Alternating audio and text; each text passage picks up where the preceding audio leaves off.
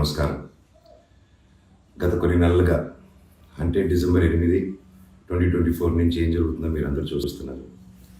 మీ అందరికీ my apologies, నన్ను క్షమించండి.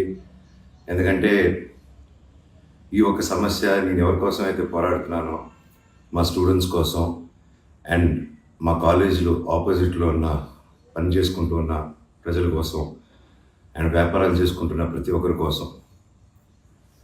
అండ్ నేను ఫస్ట్ నుంచి దాని మీద మాట్లాడుతుంటే అది తప్ప డైవర్షన్ చేస్తూ నా మీద అటాక్లు చేస్తూ నా కుటుంబ సభ్యులను లాగుతూ నన్ను ఒక మనిషిని ఎన్ని విధాలుగా ఇబ్బంది పెట్టాలో అన్ని విధాలుగా ఇబ్బంది పెట్టేస్తున్నారు.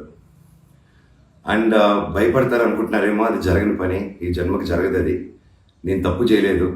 నా మీద, నా భార్య మీద దాదాపు 32 కేసుల వరకు వేశారు. 32 కేసులు ఢిల్లీ నుంచి వాళ్ళ మనుషులతో, తిరుపతి నుంచి, హైదరాబాద్ నుంచి, ఎన్ని కోర్టులు ఉంటే అన్ని కోర్టుల నుంచి, ఎన్ని కలెక్టర్ ఆఫీసులు ఉంటే అన్ని కలెక్టర్ ఆఫీసుల నుంచి, అండ్ అన్ని బోగస్ కేసులే.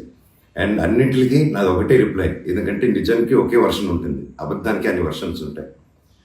క్లుప్తంగా ఈ మధ్య జరిగింది. నేను ఫస్ట్ ఏం చెప్తున్నాను, వీళ్ళు బౌన్సర్స్ చేసుకొని మా వాళ్ళందరినీ కొడుతున్నారు, అక్కడ ఊరు వాళ్ళందరినీ కొడుతున్నారు, స్టూడెంట్స్ని కొడుతున్నారు అని నేను చెప్తూనే వస్తున్నాను. నేను అలా చెప్తుండగా నేను రాయచోటికి ఒక ఫంక్షన్కి వెళ్ళినప్పుడు ఆ ఫంక్షన్లో ఇక్కడ ఉన్న వాళ్ళందరూ వచ్చి ఒక వ్యక్తి రాకుండా ఇక్కడ వ్యాపారం చేసుకుంటుంటే ఆయన స్టోర్లో దూరి వస్తువులన్నీ ధ్వంసం చేసి కొట్టేసి అక్కడ ఉన్న స్టూడెంట్స్ని కొట్టి అద్దాలన్నీ పగలగొట్టి ఆ వీడియోస్ అన్నీ వచ్చాయి బయటికి. ఇంకా చాలా వీడియోస్ ఉన్నాయి. అన్నీ నేను చంద్రగిరి సిఐ గారికి ప్రతి ఒక్కరికి ట్రాన్స్ఫర్ చేయడం జరిగింది. ఓనర్ ఇంకా కనిపించలేదు, ఆయన ఏమయ్యాడో ఎవరు దీంట్లో ఉన్నారో తెలియదు. కాకపోతే వచ్చి కంప్లైంట్ అది చూసిన వాళ్ళు వచ్చి కంప్లైంట్ ఇస్తున్నా కంప్లైంట్ తీసుకోలేని పరిస్థితి.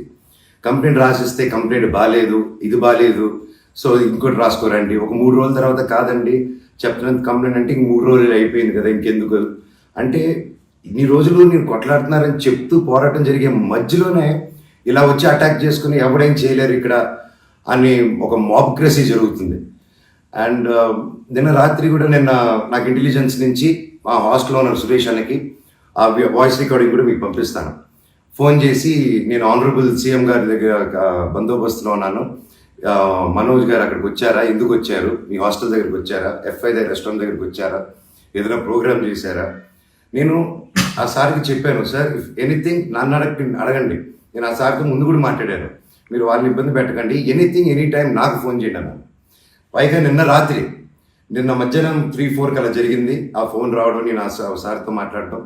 మళ్ళీ నిన్న రాత్రి నేను ఇక్కడ తెలిసిన వాళ్ళ రిసార్ట్లో ఉంటే ఇప్పుడు దాదాపు ఒక 15-20 ఇల్లు ఉంటాయి ఇక్కడ.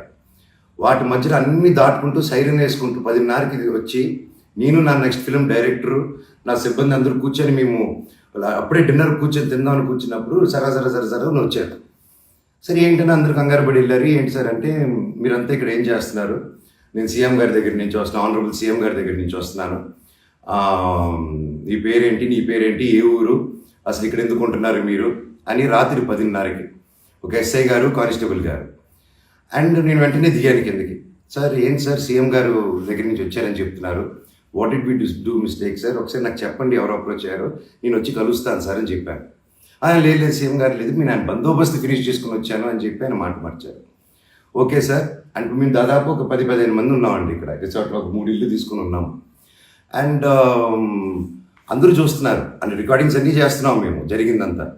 లేదు సార్ ఇలా అన్అఫీషియల్గా కాదు సార్, స్టేషన్కి వెళ్దాము, అక్కడైతే రికార్డింగ్ ఉంటుంది, డైరెక్ట్ డీజీపీ గారి ఆఫీస్కి ఉంటుంది, లెట్స్ డూ దట్ రికార్డింగ్ గారు సార్ అని చెప్పి మీ కారు వద్దండి స్టేషన్కి వెళ్ళి నాకు ఒకటే చెప్పండి, ఆనరబుల్ సీఎం గారి పేరు ఎందుకు తీశారు మీరు, అండ్ మా వాళ్ళని ఎందుకు ఇంటిమిడేట్ చేస్తున్నారు, అక్కడ షాప్ ఇరిగిపోయి అదంతా చేసి నేను కంప్లైంట్ చేస్తుంటే వాళ్ళని ఏం చేయట్లేదు, అది అడిగిన వాడిని మాత్రం ఇలా వచ్చి టార్చర్ చేస్తున్నారు. భయానికంటే ప్రేమ గొప్పదండి, అది నేను నమ్ముతాను. అండ్ నేను మళ్ళీ చెప్తాను, జరిగింది ఇది. అండ్ నేను అక్కడికి వెళ్ళిన తర్వాత పోలీస్ స్టేషన్కి నేను నా కారులో ఎక్కి స్టేషన్కి వెళ్ళాను. వెనకెళ్ళి ఎస్ఐ గారు వస్తున్నారు. స్టేషన్ లోపల ఆగి వెళ్ళిన తర్వాత ఎస్ఐ గారు 500 మీటర్ల దూరంలో ఆగారు. ఆగిన తర్వాత మా వాళ్ళు వెళ్ళి సార్ వెయిట్ చేస్తున్నారు, నేను ఎందుకు వస్తున్నానని కారు తీసి ఆయన వెళ్ళిపోయాడు, ఆయన కానిస్టేబుల్ గారు. నేను లోపలికి వెళ్ళి హెడ్ గారు ఉన్నారు, ఇంకో కానిస్టేబుల్ గారు ఉన్నారు.